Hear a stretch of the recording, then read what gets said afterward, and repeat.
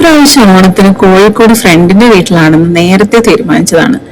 ഓണത്തിന് 3 ദിവസം ലീവ് എടുത്തപ്പോഴേ ഉറപ്പിച്ചു അതിലൊരു ദിവസം കോഴിക്കോട് ചുറ്റാൻ പോണെന്ന്. അങ്ങനെ ഓണമൊക്കെ ഞങ്ങൾ അടിച്ചു പൊളിച്ചു. അതിന്റെ പിറ്റേന്ന്, തിരുവോണത്തിന്റെ പിറ്റേന്ന് തന്നെ ഞങ്ങൾ കോഴിക്കോട്ടേക്ക് വിട്ടു. കാര്യം അവള് കോഴിക്കോട്ടുകാരിയാണെങ്കിലും അധികം കോഴിക്കോട് എക്സ്പ്ലോറേഷൻ ഒന്നും അവളും ചെയ്തിട്ടുണ്ടായിരുന്നില്ല. അവസാനം അതിന് ഞാൻ തന്നെ വരേണ്ടി വന്നു. അവളുടെ വീട്ടിൽ നിന്ന് ഏകദേശം 2-2.5 മണിക്കൂർ ദൂരം ഉണ്ടായിരുന്നു കോഴിക്കോട്ടേക്ക്. ബട്ട് പോകുന്ന വഴിയും കാഴ്ചകളും വളരെ ബ്യൂട്ടിഫുൾ ആയതുകൊണ്ട് എനിക്കൊരു മടുപ്പും തോന്നിയില്ല. മടുപ്പ് തോന്നിയില്ലെന്ന് മാത്രമല്ല, നല്ല റിഫ്രഷിങ് ഫീൽ ആയിരുന്നു.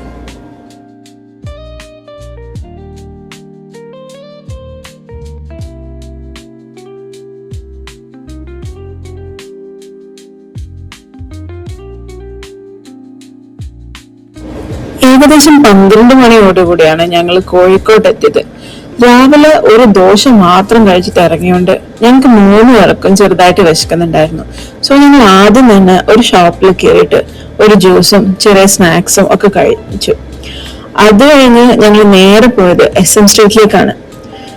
ഒരുപാട് തവണ മിഠായി തെരുവ്, SM സ്ട്രീറ്റ് എന്നൊക്കെ ഞാൻ കേട്ടിട്ടുണ്ടെങ്കിലും ആദ്യമായിട്ടാണ് ഞാനിവിടെ വരുന്നത്. അതുകൊണ്ട് തന്നെ നല്ല എക്സൈറ്റഡ് ആയിരുന്നു. ബട്ട് നട്ടപ്പൊരിഞ്ഞ വെയിലായിരുന്നു, അത് പറയാതിരിക്കാനേ വയ്യ. നമ്മൾ ചെന്ന് കയറുമ്പോഴേ ആൾക്കാർ ഓരോ ഷോപ്പിലേക്കും വിളിക്കുന്നത് കാണാം. പിന്നെ ഇവിടെ വന്നാൽ പിന്നെ ദി കോഴിക്കോട് ഹൽവ വാങ്ങാതെ പോകാൻ പറ്റില്ലല്ലോ. ഞങ്ങൾ അങ്ങനെ വീട്ടിലേക്കും ബാംഗ്ലൂരേക്കും കുറച്ച് ഹൽവയൊക്കെ വാങ്ങിച്ചു. കുറെ ഫ്ലേവേഴ്സ് ഒക്കെ അവര് നമുക്ക് കഴിക്കാനും ടേസ്റ്റ് ചെയ്യാനൊക്കെ തന്നു. അതൊക്കെ ടേസ്റ്റ് ചെയ്ത് നോക്കി. പിന്നെ കുറച്ച് അല്ലറ ചില്ലറ ഷോപ്പിങ്ങും ഒക്കെ ചെയ്തു. ഇതൊക്കെ കഴിഞ്ഞപ്പോഴത്തേക്കും തന്നെ ആദ്യം കഴിച്ച ജ്യൂസും സ്നാക്സും ഒക്കെ ആവിയായിപ്പോയി. അപ്പൊ നമ്മൾ നേരെ വിട്ടു പാരഗണിലേക്ക്. കോഴിക്കോട് വരെ വന്നിട്ട് ഇവിടുത്തെ ബിരിയാണി കഴിക്കാതെ ഈ ട്രിപ്പ് അങ്ങനെ കംപ്ലീറ്റ് ആവാനാ. ചെന്ന് കയറിയത് മാത്രമേ ഓർമ്മയുള്ളൂ. തിരക്ക് എന്നൊക്കെ പറഞ്ഞ ഇജ്ജാതി തിരക്ക്. ഞങ്ങൾ അങ്ങനെ പേരൊക്കെ കൊടുത്ത് വെയിറ്റ് ചെയ്യാൻ തുടങ്ങി. ആദ്യം കുറെ നിന്ന് വെയിറ്റ് ചെയ്തു, പിന്നെ കുറെ നേരം ഇരുന്ന് വെയിറ്റ് ചെയ്തു. തിരക്കുണ്ടാവും, വെയിറ്റ് ചെയ്യേണ്ടി വരുന്നൊക്കെ എനിക്ക് അറിയായിരുന്നു. ബട്ട് സ്റ്റിൽ ഇത്രയും ടൈമൊന്നും ഞാൻ എക്സ്പെക്ട് ചെയ്തിട്ടുണ്ടായിരുന്നില്ല. പക്ഷെ ബില്ലിങ്ങിൽ ഇരിക്കുന്ന അയാള് പറഞ്ഞത് ഇന്ന് തിരക്ക് കുറവാണെന്ന്. അത് കേട്ടപ്പോ വി വർ ലൈക്ക്, അപ്പൊ ഇതൊന്നും ഒരു തിരക്കേ അല്ലേ എന്നായിരുന്നു ഞങ്ങളുടെ എക്സ്പ്രഷൻ. എനിവേസ് കാത്തിരിപ്പിൽ വിടാമ വിട്ട് 1:55 എത്തി. ഞങ്ങള് 3 മണിയായപ്പം ഞങ്ങളെ വിളിച്ചു. വെറും 1 മണിക്കൂർ മാത്രമേ വെയിറ്റ് ചെയ്തുള്ളൂ. അങ്ങനെ ഞങ്ങൾ ദി ലെജൻഡറി ബിരിയാണി കഴിച്ചു. നല്ല ചിക്കൻ ലഗോൺ ബിരിയാണി. ബിരിയാണിയെ കുറിച്ച് ഞാനൊന്നും പറയുന്നില്ല, എനിക്കൊരു ഡീസന്റ് ബിരിയാണി ആയിട്ടാണ് തോന്നുന്നത്. പിന്നെ ദി ബെസ്റ്റ് ആണ് എന്നൊക്കെ ചോദിച്ചാൽ ഐ ഡോണ്ട് നോ. എനിവേസ് അങ്ങനെ ആ ചടങ്ങ് കഴിഞ്ഞു. അങ്ങനെ ഞങ്ങൾ നെക്സ്റ്റ് പോയത് മാനാഞ്ചേരി സ്ക്വയറിലേക്കാണ്. ഇവിടെയും ഞാൻ ആദ്യമായിട്ടാണ് വരുന്നത്. ഇവിടെ ഇങ്ങനെ ഇരിക്കാൻ നല്ല രസമായിരുന്നു. ഞങ്ങൾ ഇവിടെ ഇരുന്ന് കുറെ നേരം കുറെ സമയം വർത്താനം പറഞ്ഞു. പിന്നെ കുറച്ച് ചുറ്റിക്കണ്ട് കുറച്ച് ഫോട്ടോ ഒക്കെ എടുത്ത് ലാസ്റ്റ് ഡെസ്റ്റിനേഷനിലേക്ക് വിട്ടു, കോഴിക്കോട് ബീച്ച്. അറൗണ്ട് 5 മണിയൊക്കെ കഴിഞ്ഞിട്ടാണ് ഞങ്ങൾ എത്തിയത്. 5 മണി ആയെങ്കിലും വെയിലിന് ഒട്ടും കുറവില്ലായിരുന്നു. പിന്നെ നല്ല തിരക്കും, ജനസാഗരമായിരുന്നു, ജനസാഗരം. ഈ തിരക്ക് കണ്ടപ്പോ ഞാൻ മനസ്സിൽ വിചാരിച്ച എന്താണെന്നോ, എന്നും ഇത്രയും തിരക്കുണ്ടാവും, അതോ ഇന്ന് മാത്രമാണോ എന്ന്.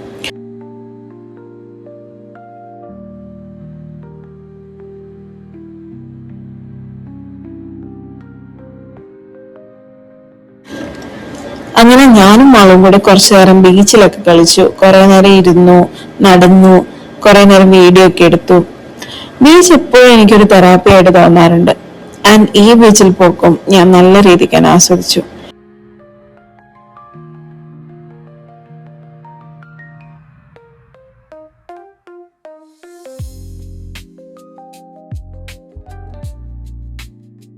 പിന്നെ ബീച്ചിൽ നിന്ന് കിട്ടുന്ന സ്നാക്സും അവിടെ നിന്ന് കഴിക്കുമ്പോൾ കിട്ടുന്ന ഫീലും ഒക്കെ അടിപൊളിയാണ്.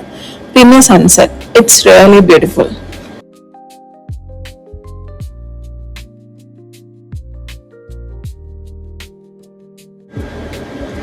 സൺസെറ്റ് ഒക്കെ കണ്ടു കഴിഞ്ഞ് ഞങ്ങൾ അവിടെ നിന്ന് ചായയും സ്നാക്സും ഒക്കെ കഴിച്ചു. കല്ലുമുക്കായ, കൂന്തൽ നിറച്ചത്, അങ്ങനെ ഞങ്ങൾ എന്തൊക്കെയൊക്കെയോ കഴിച്ചു. അങ്ങനെ ഞങ്ങൾ ബീച്ചിനോട് ബൈ പറഞ്ഞു. ഞങ്ങൾ തിരിച്ചു പോകാൻ റോഡിൽ നിൽക്കുമ്പോൾ വിനായക ചതുർത്ഥിയുടെ ഭാഗമായിട്ടോ എന്തോ ഒരു ആഘോഷമാണെന്ന് തോന്നുന്നു. കുറെ നോർത്ത് ഇന്ത്യക്കാർ പോകുന്ന കണ്ടു. സംഭവം വൈബായിരുന്നെങ്കിലും അപ്പൊ തന്നെ ബ്ലോക്ക് തുടങ്ങി.